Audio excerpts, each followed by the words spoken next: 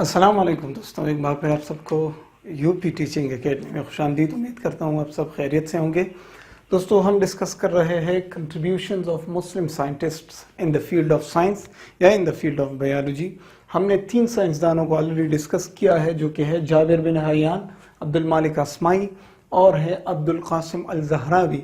अब हम डिस्कस कर रहे हैं अपने नेक्स्ट सर के बारे में, अपने नेक्स्ट मुस्लिम साइंटिस्ट के बारे में, जो कि है इब्नुल हैसम, या इन्हें इब्नुल हैतम भी कह सकते हैं। ठीक है, तो इब्नुल हैसम या हमारे सर इब्नुल हैतम का पूरा नाम क्या था, फुल नेम?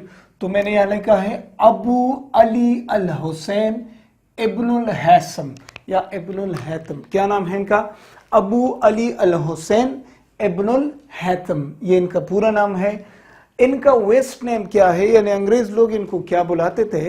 ये बुलाते थे अल-हैज़म, इनको अल-हैज़म के नाम से बुलाते थे। ठीक है, इनका डेट ऑफ बर्थ क्या है, कब पैदा हुए थे? DOB मतलब डेट ऑफ बर्थ 965 AD में पैदा हुए थे, यानी 965 AD में पैदा हुए थे।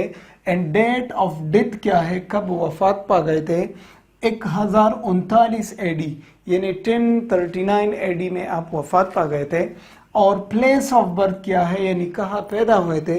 तो आप पैदा हुए थे इराक में, और इराक का एक शहर है बसरा, वहां पर आप पैदा हुए थे। ठीक है, तो इनके बारे में कुछ थोड़े से मालूमात। अब इनके कंट्रीब्यूशंस क्या है बायोलॉजी के फील्ड में, इनके कंट्रीब्यूशंस क्या है? तो दोस्तों, इनको मैंने लिखा है यहाँ फादर ऑफ मॉडर्न ऑप्टिक्स। ठीक है, फादर ऑफ मॉडर्न ऑप्टिक्स किसको कहा जाता है? इब्नुल हैसम को। क्यों?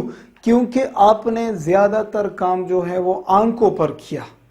ठीक है, ऑप्टिक्स, ऑप्थेल्मोलॉजी, ऑप्टो आंखों को कहते हैं। ठीक है, तो फादर ऑफ मॉडर्न ऑप्टिक्स यानी आंखों के बारे में आजकल जितने भी चीजें सबसे पहले इसका बुनियाद किसने रखा था? सबसे पहले इसका बुनियाद इब्नुल हैसम ने रखा था। ठीक है दोस्तों, अब इनके बारे में कुछ पढ़ते हैं।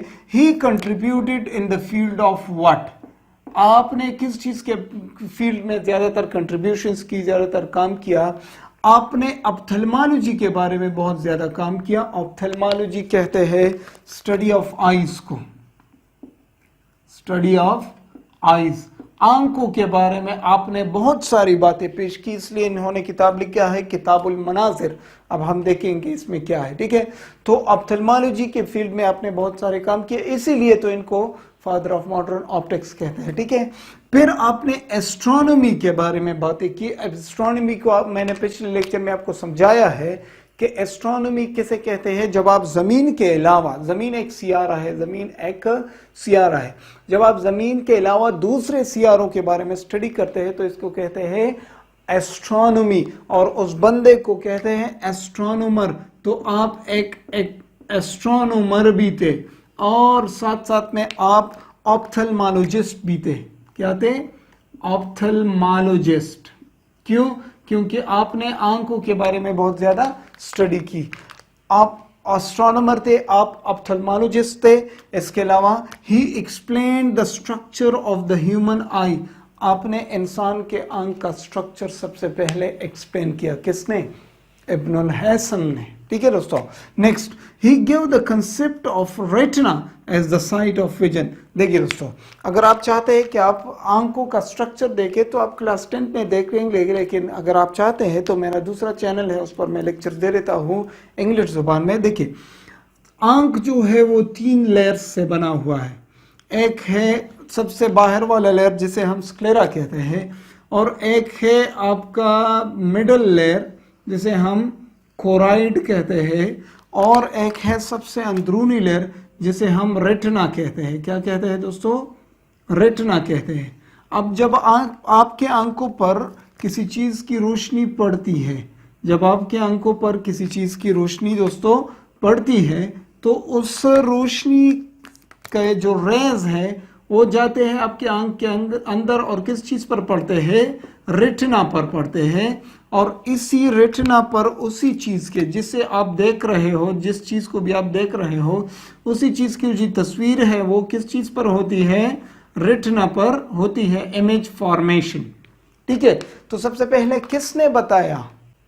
किसने बताया कि जो तस्वीरें बनती है हमारे आंखों में वो रेटिना के ऊपर बनती है? सबसे पहले ये बात कही इब्नुल हैसम ने, ठीक है।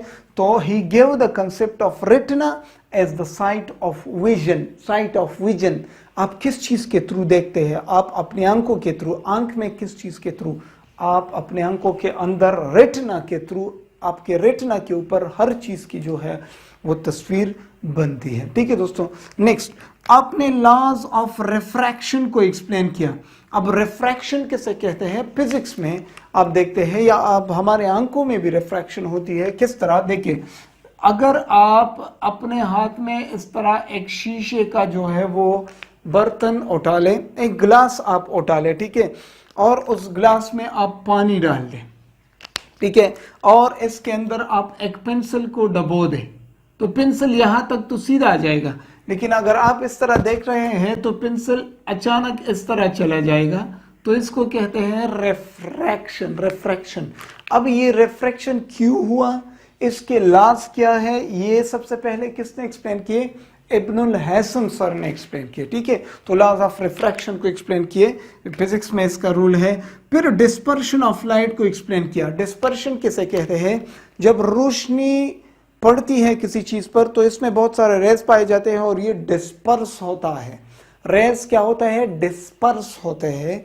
डिस्पर्स मतलब पेल जाते हैं। तो लाइट क्यों पेल जाता है? देखिए, अगर आपने प्रिज्म को देखा हो, प्रिज्म, हमारे पास प्रिज्म होता है और आपने प्रिज्म के ऊपर लाइट रे छोड़ी, ठीक है, ये क्या है? ये प्रिज्म है और प्रिज्म के ऊपर लाइट पड़ता है। तो जब लाइट पड़ती है तो इसके रेज जो है वो इस तरह डिस्पर्स होते हैं, ठीक है, तो इसको कहते हैं डिस्पर्शन ऑफ लाइट। तो ये डिस्पर्शन ऑफ लाइट को सबसे पहले किसने एक्सप्लेन किया?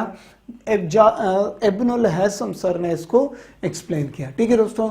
नेक्स्ट, ये थे इनके कंट्रीब्यूशंस फील्ड ऑफ बायोलॉजी या फील्ड ऑफ साइंस में, ठीक है। अब इन्होंने एक बुक लिखा है, दूसरे बुक्स भी लिखे हैं, लेकिन हमारे बुक में दिया गया है किताबुल मनाजिर। मनाजिर निकला है मंजर से। किस चीज से? मंजर। और मंजर कहते हैं नजारे को, यानी नजर को कहते हैं, नजर, नजर कहते हैं आंखों को।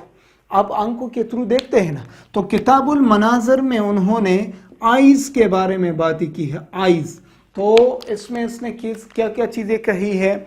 आंखों का स्ट्रक्चर एक्सप्लेन किया, आंखों की बीमारियां एक्सप्लेन किए, आंखों के बीमारियों का इलाज एक्सप्लेन किया, ठीक है। तो ये सारी बातें उन्होंने किताबुल मनाजिर में एक्सप्लेन किए हैं। तो ये था दोस्तों इब्नुल हैसम। दोस्तों, अगर आपने कुछ सीखा हो इस लेक्चर से और पिछले लेक्चर से, और अगर आप पहली दफा देख रहे हैं तो प्लीज हमारे चैनल को जरूर सब्सक्राइब करें और अपने दोस्तों को हमारे चैनल पर ज़रूर इनवाइट करें, ताकि ये छोटा सा चैनल थोड़ा सा ग्रो करे। और मेरी ज़्यादा कोशिश होती है कि आपको बायोलॉजी के मुताबिक आपके बुक्स से भी एक्स्ट्रा नॉलेज पेश करूं, ताकि आपको एग्जाम्स और अपने होम टेस्ट में कोई दुश्वारी ना हो और आप बायोलॉजी में सबसे आला नंबर ले सके, ठीक है दोस्तों। तो ये मेरा आपसे वादा है कि अगर आप मेरे लेक्चर्स देखेंगे तो आप बायोलॉजी को टॉप करेंगे, इसमें कोई शक नहीं है। तो ये था इब्नुल हैसम। नेक्स्ट लेक्चर में हम जाएंगे अल फराबी की तरफ और अल फराबी सर को डिस्कस करेंगे और उनके कंट्रीब्यूशंस को। तो मिलते हैं अगले लेक्चर में, तब तक के लिए दोस्तों अल्लाह हाफिज़।